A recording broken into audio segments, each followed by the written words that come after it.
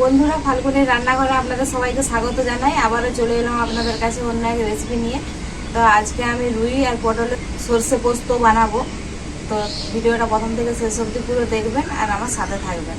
তো এখন আমি পটলগুলো কেটে নেব।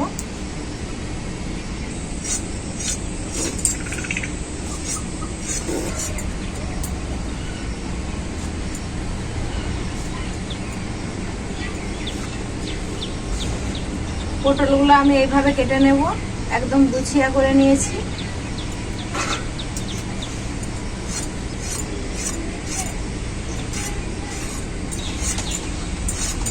এই বৃষ্টিটা ছিল এগুলো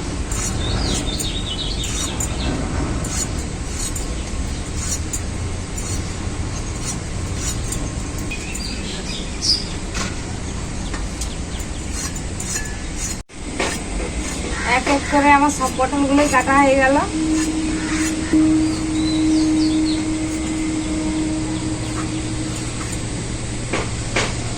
পটলগুলো কাটার পর ধুয়ে পরিষ্কার করে নিয়ে চলে এসেছি। এখন আমি কড়াইটা বসিয়ে দেবো মাছ ভাজার জন্য। আর এখন মাছে আমি লবণ আর হলুদ মাখিয়ে দেব। আর আজকে হচ্ছে আমি মশলা বাটবো না, পূজাকে বসেছি মশলা বাটতে। তো পূজাই মশলাটা আজকে বাটবে। হলুদ গুঁড়ো,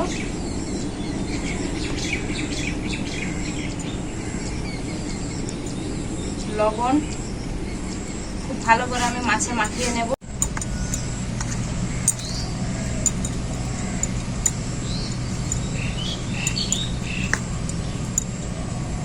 মাছটাকে খুব ভালো করে লবণ আর হলুদ মাখিয়ে নিয়েছি। আমি এখানে নিয়ে নিয়েছি সরষে, পোস্ত আর কাঁচা লঙ্কা একসাথে বেটে নেব। কড়াইটা খুব ভালোভাবে গরম হয়ে গেছে। কড়াইতে সরষের তেল দিয়ে দেবো।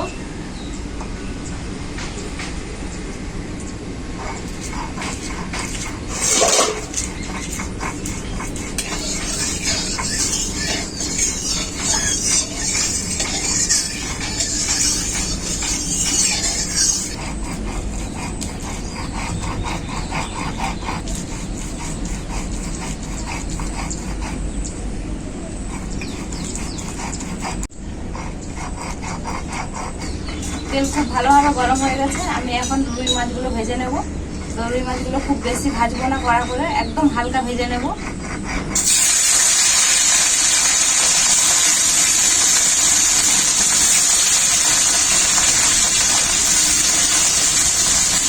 রুই পটল পোস্তর জন্য এই মাছগুলো কড়া করে ভাজতে ভালো লাগবে না। মশলাটা আমার ভালো করে বাটা হয়ে গেছে। এরপর আমি মশলাটা তুলে নেব।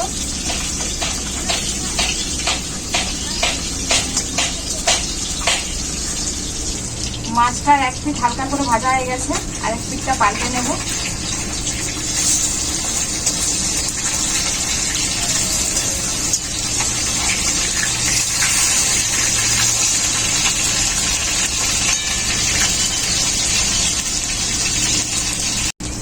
মাছটা আমার হালকা করে ভাজা হয়ে গেছে, এখন আমি নামিয়ে নেব।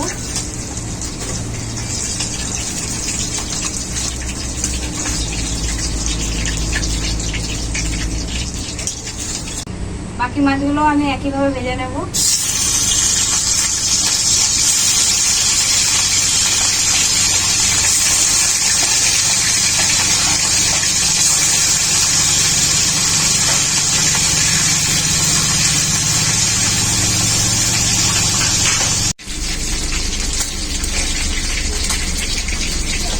বাকি মাছগুলো আমার ভাজা হয়ে গেলে এখন আমি তুলে নেব।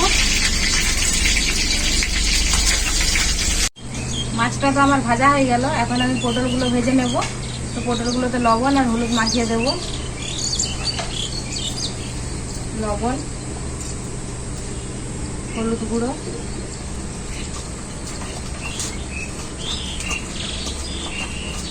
পটল ভাজার জন্য মাছ ভাজা তেলে আর একটু সরষের তেল দিয়ে দেব।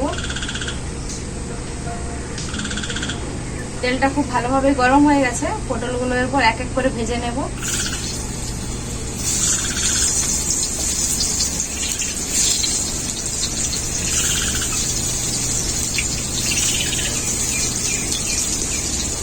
পটলটা আমি খুব ভালো করে ভেজে নিয়েছি। এরপর আমি তুলে নেব।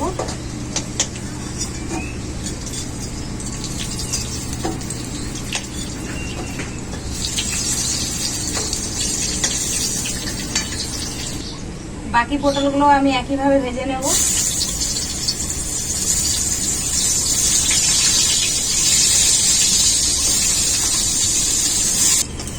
বাকি পটলগুলো আমার খুব ভালো করে ভাজা হয়ে গেছে, আমি নামিয়ে নেব। পটল ভাজার তেলে আর একটু সরষের তেল দিয়ে দেব। তেলটা খুব ভালোভাবে গরম হয়ে গেছে, ওই তেলেই দেব তেজপাতা, কালো জিরে,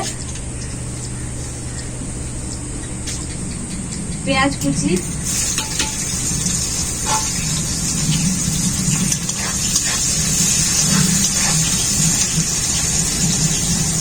পেঁয়াজটা তাড়াতাড়ি গলে যাওয়ার জন্য পরিমাণ মতো লবণ দিয়ে দেবো।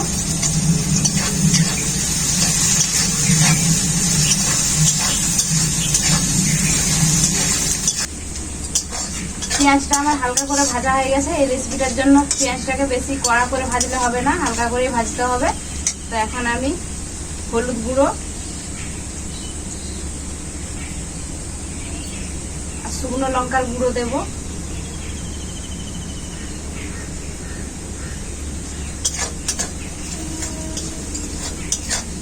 মশলাটাকে ভালো করে কষানোর জন্য অল্প একটু জল দেব।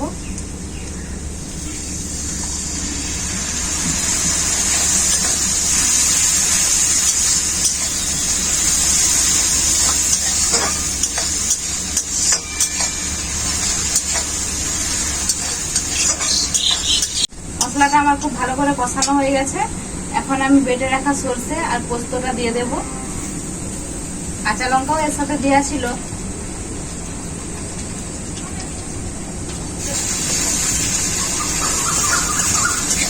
বাটিতে যে মশলাটা লেগে আছে ওই মশলাটা ধুয়ে জলটা দিয়ে দেব।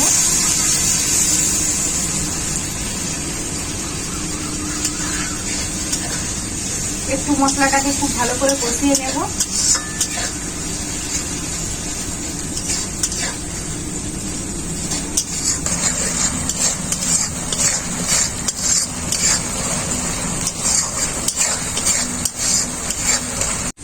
মশলাটাকে আমি হালকা করে কষিয়ে নিয়েছি।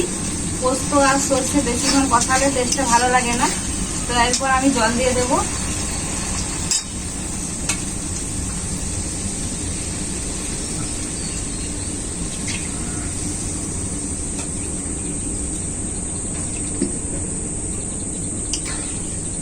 জলটা দেওয়ার পর ঝোলটাকে খুব ভালো করে ফুটিয়ে নেব। বসে বসে কাকির কাছে কাকির পটল ভাজা টেস্ট করছি। রুই পোস্ত আমি খাইছি, কিন্তু রুই মাছের রুই পটলের তরকারিটা প্রথম দেখছি। রুই পটলের পোস্তটা এরকম ভাবে রান্না করলে ভালো লাগে। ঝোলটা খুব ভালোভাবে ফুটে গেছে। এখন আমি ভেজে রাখা পটলগুলো দিয়ে দেবো।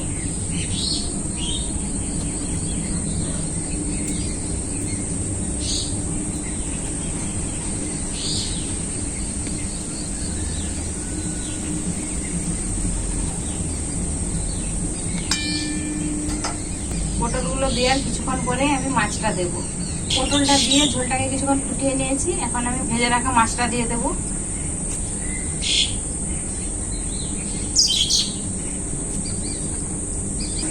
মাছটা দেওয়ার কিছুক্ষণ পর এই গোটা পোস্তগুলো আমি দিয়ে দিচ্ছি।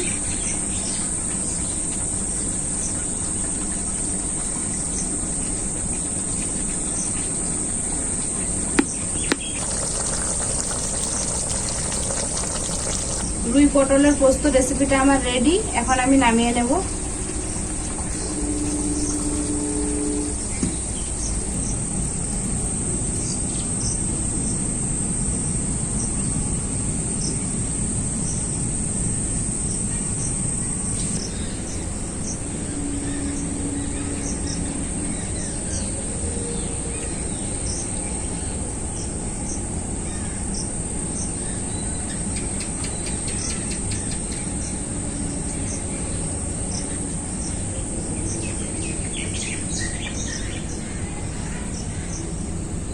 পটল রুই পোস্ত রান্নার পটলটা সেই স্বাদ। মাছটা কি বলবো, একদম দারুণই স্বাদ। মাছটা দেখুন খুবই ভালো দেখতে লাগছে, আর মাছটা বেশি ভাজা হয়নি বলে মাছটা খেতে ভালো লাগছে।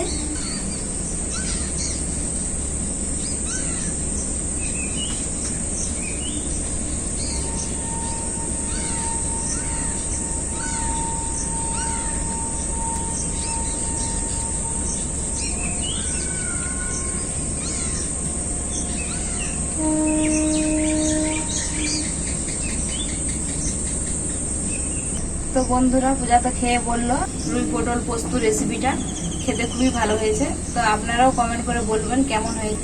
আপনাদের কমেন্টগুলো আমাকে পড়তে খুবই ভালো লাগে, তো আপনারা কমেন্ট করে অবশ্যই জানাবেন। ভিডিও ভালো লাগলে লাইক শেয়ার সাবস্ক্রাইব অবশ্যই করে দেবেন। আপনারা ভালো থাকবেন, সুস্থ থাকবেন, নিজেদের খেয়াল রাখবেন। আবার দেখা হবে পরবর্তী ভিডিওতে নতুন কোনো রেসিপি।